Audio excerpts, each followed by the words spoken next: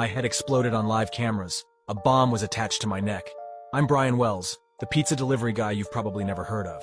But my tragic story has fueled conspiracy theories and even inspired a documentary on Netflix. One day in August 2003, I left my pizzeria for a delivery. It was an ordinary day. My delivery destination? A very secluded transmission tower. But it was no ordinary delivery. Instead of tipping me, I was kidnapped and had a bomb strapped around my neck. A bomb that changed the course of my life. Forced under threat with a bomb attached to my neck, I was made to become a criminal. I was given a note demanding $250,000 from a local bank. So I robbed a bank with a gun. Did I have a choice? The truth is, there was no choice, because my life was at stake. But the story doesn't end there. After getting the money, I was not released. Instead, I was sent on a wild goose chase, a grim treasure hunt designed to play with my life. I was told that if I finished the race, the bomb would be deactivated. It was just another lie. In a public parking lot, under the gaze of the police and cameras, my life came to an end. The bomb exploded. My life was nothing more than a live spectacle. And here's where the plot thickens. Some say I was part of the plan from the start, that I was more than a victim, that I might have been an accomplice. Me, Brian Wells, an innocent pizza delivery guy, a criminal, or simply a pawn in a deadly chess game orchestrated by others. This is my story. The story of an ordinary life transformed into a terrifying Hollywood thriller.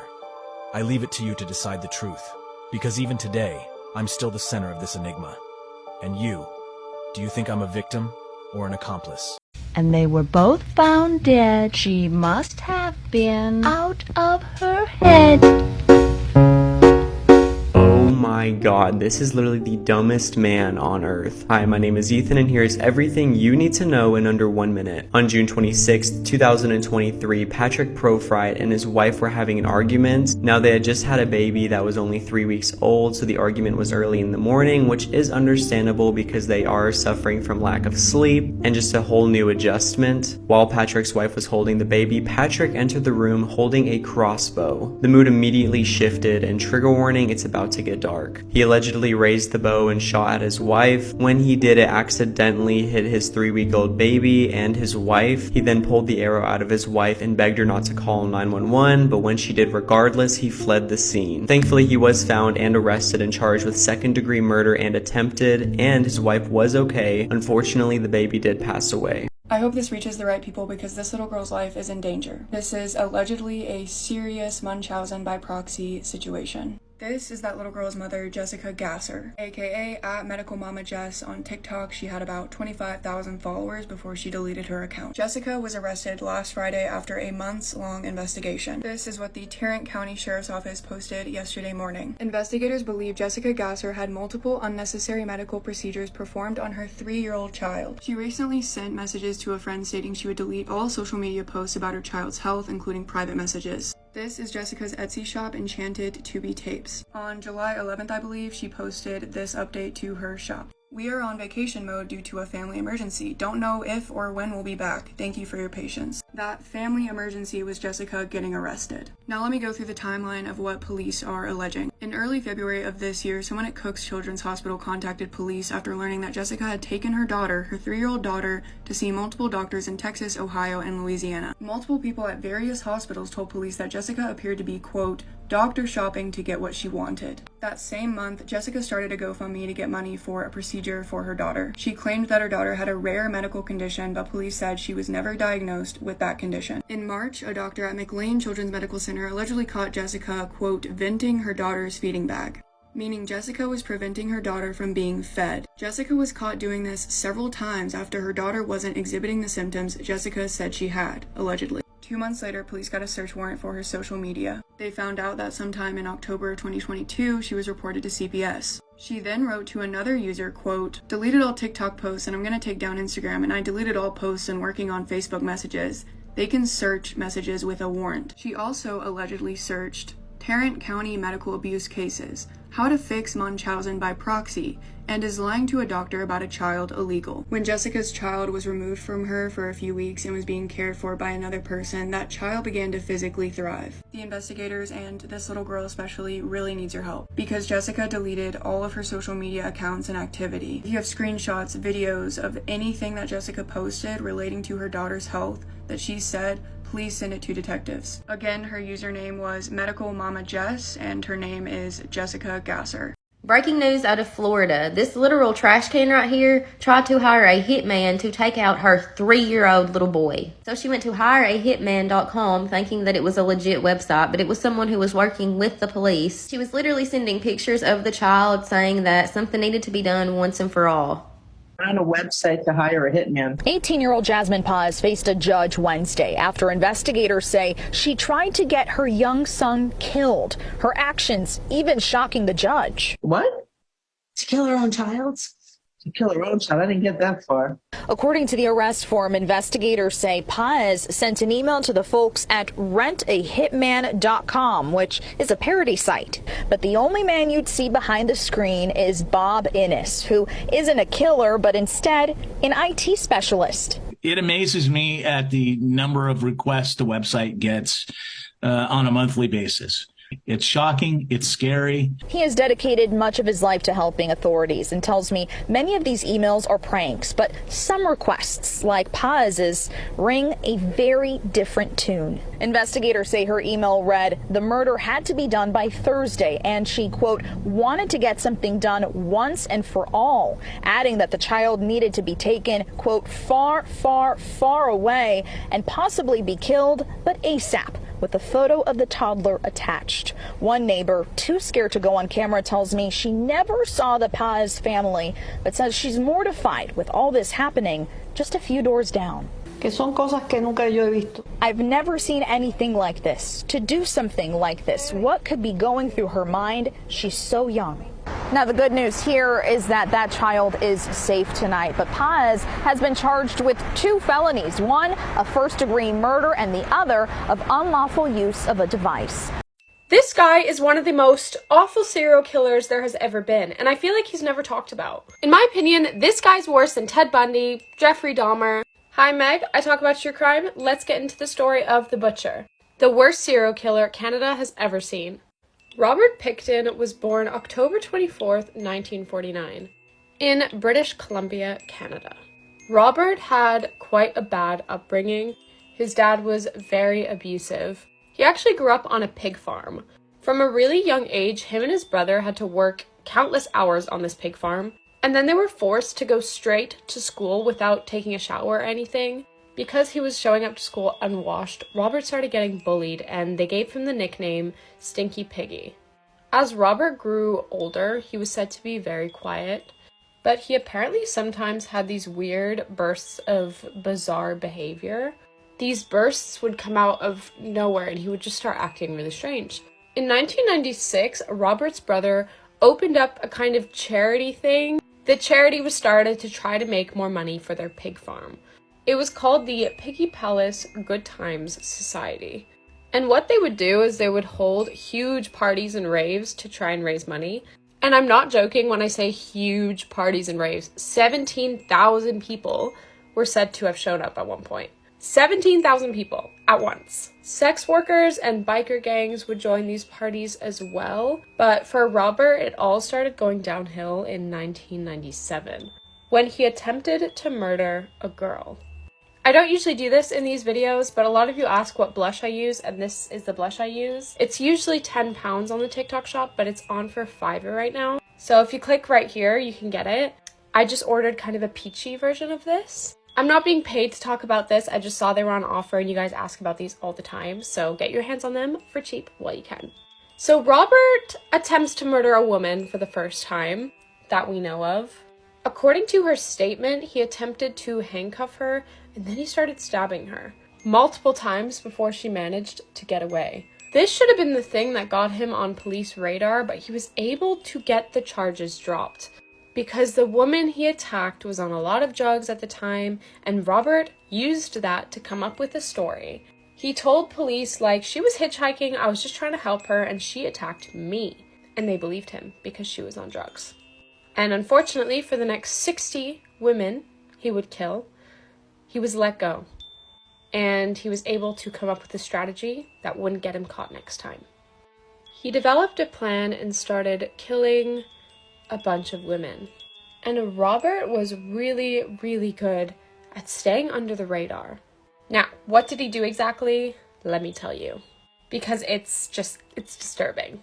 First of all, he always went for hitchhikers, addicts, or prostitutes. And what he would do is he would promise them money, drugs, accommodation, anything to get them back to his farm. Once he got them back, he would then shoot or strangle them to death.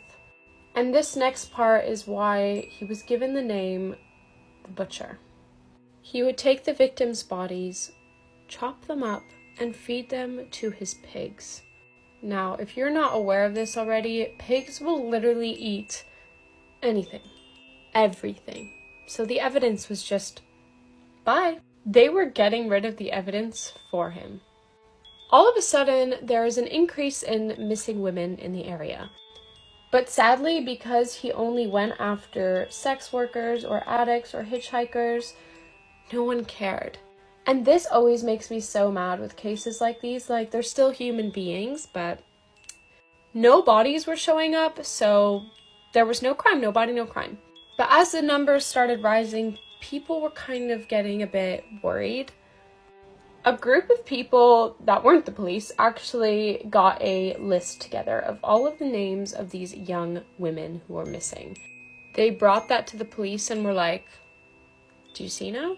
And that's when the investigation actually began into finding out what happened to these girls. And all of these girls had one person in common: Robert Pickton. He was the only person whose name continuously came up when they were looking for these girls. Police needed a way to get onto the farm with a warrant without him knowing about it and hiding all the evidence first. And so they heard that he had possession of an illegal firearm. And so they used that as the cover-up to get onto his property. On the property, they found multiple items that belonged to these missing women, along with some blood-stained clothing and tiny bone fragments. Now, things aren't looking too good for Robert, but because the pigs had eaten all the evidence, basically all of it, they were only able to charge him with the murder of 6 women. And so he got 6 counts of murder. When he got arrested, he actually said that he killed 49 women and that he was sad that he didn't get to round up to 50. What the hell, Robert? What does he want the police officer to say, like, oh, I feel so bad for you? No! He was arrested in 2002, and this trial was huge. Of course, he was sentenced to life in prison with no possibility of parole. But guys, that's not the worst part of this story, because I'm getting to that now. One element of the story that I kept out until now is that Robert sold the meat of his pigs to people who lived around the area.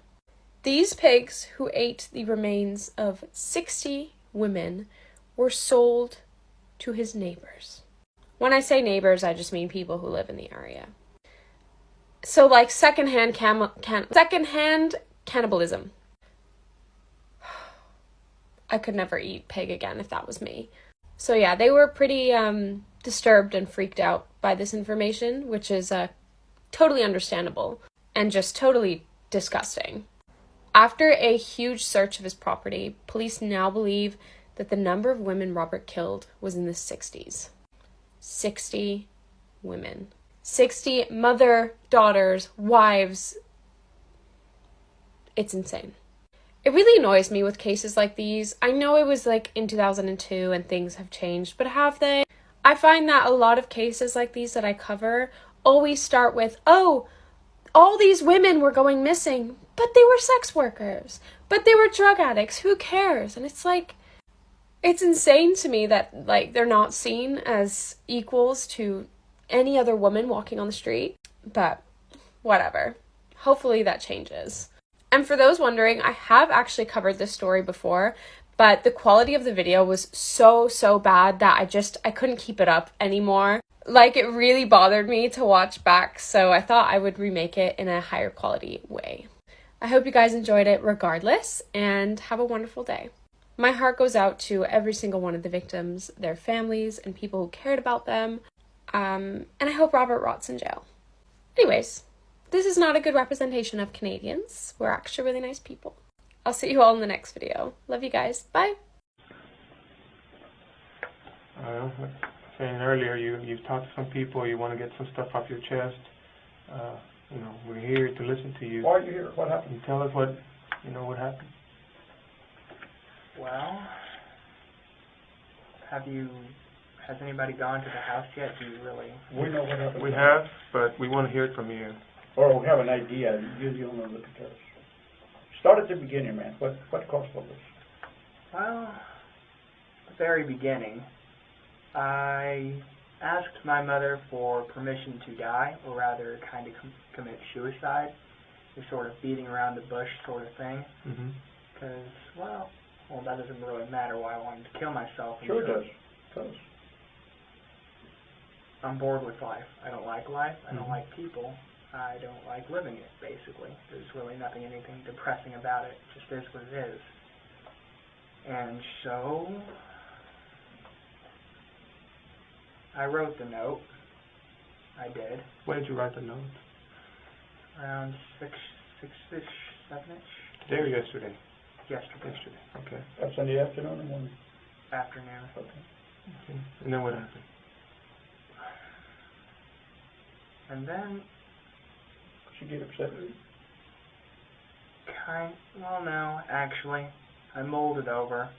And then on a whim, actually, I turned it over, wrote a plan to kill both my mother and my sister, quite frankly, because that's always been a thing of mine. I'm a bit of a pervert. Is it like a fantasy thing? It is, actually. So, that didn't happen. The best laid plans never work out, apparently, or at least the one scribbled on a piece of paper, because she had decided she was sick of this stuff, and she was going to go send me to live with my sister again. And so I kind of leapt off into fury and just did it right then and there. Okay. You did what? Well, I tried to strangle her with a cord, a ripped cord from a video game console controller. That didn't work, huh? What was this that you tried to strangle her?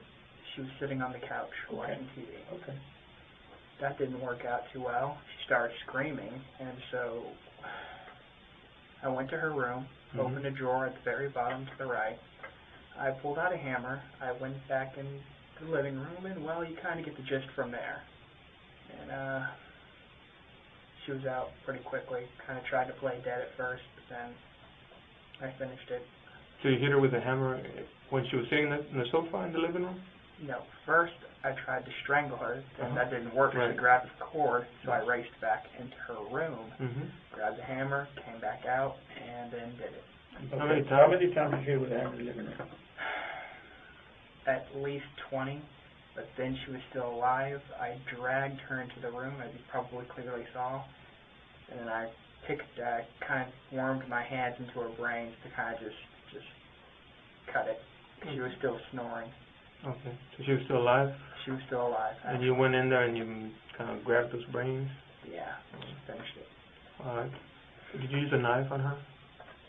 Actually, I was going to, but no, I didn't get to do that. Did you, I guess you never got to stab her with a knife? No. It was all with the hammer? It was all with the hammer in my hand. Where did you hit her with the hammer? The head. All in the head area? All in the head, I believe. I may have gotten her hand because she was covering herself. Okay. Is this in the front or the back of the head?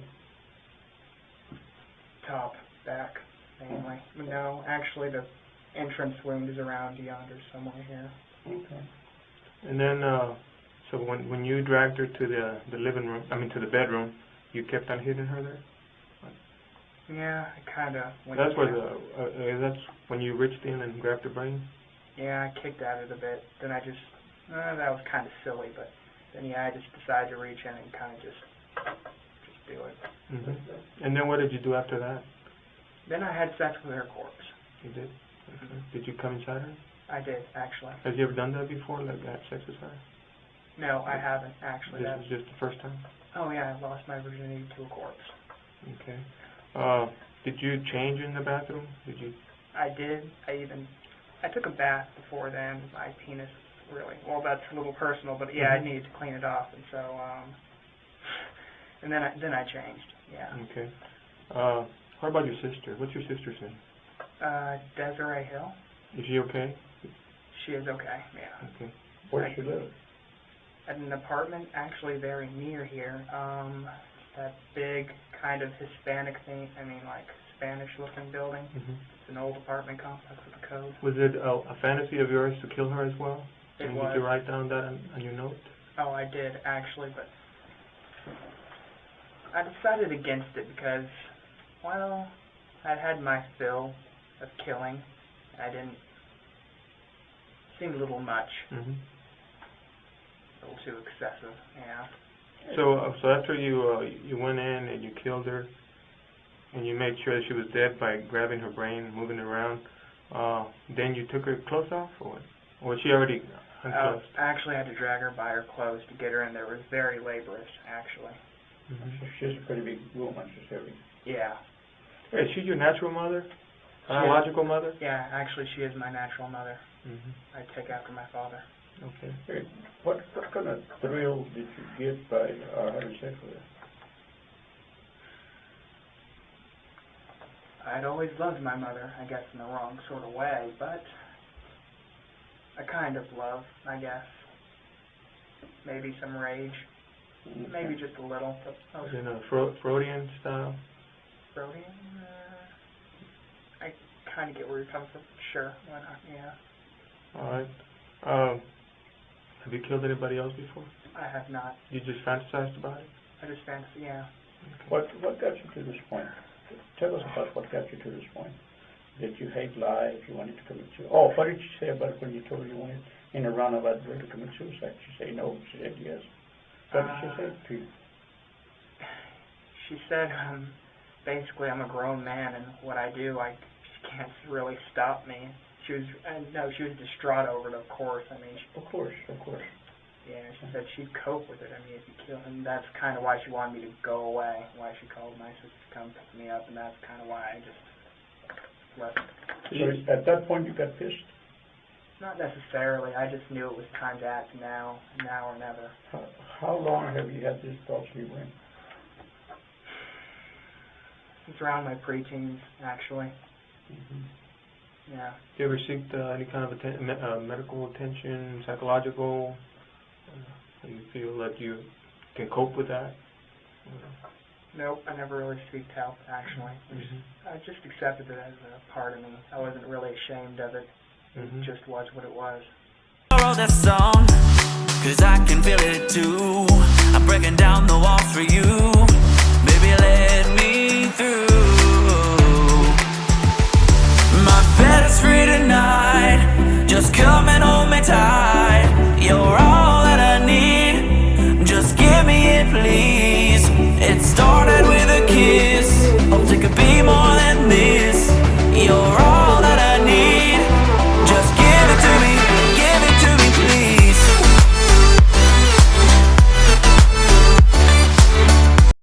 Her arms were cut off. Her legs were cut off. Her ears were cut off. Her tongue was cut off.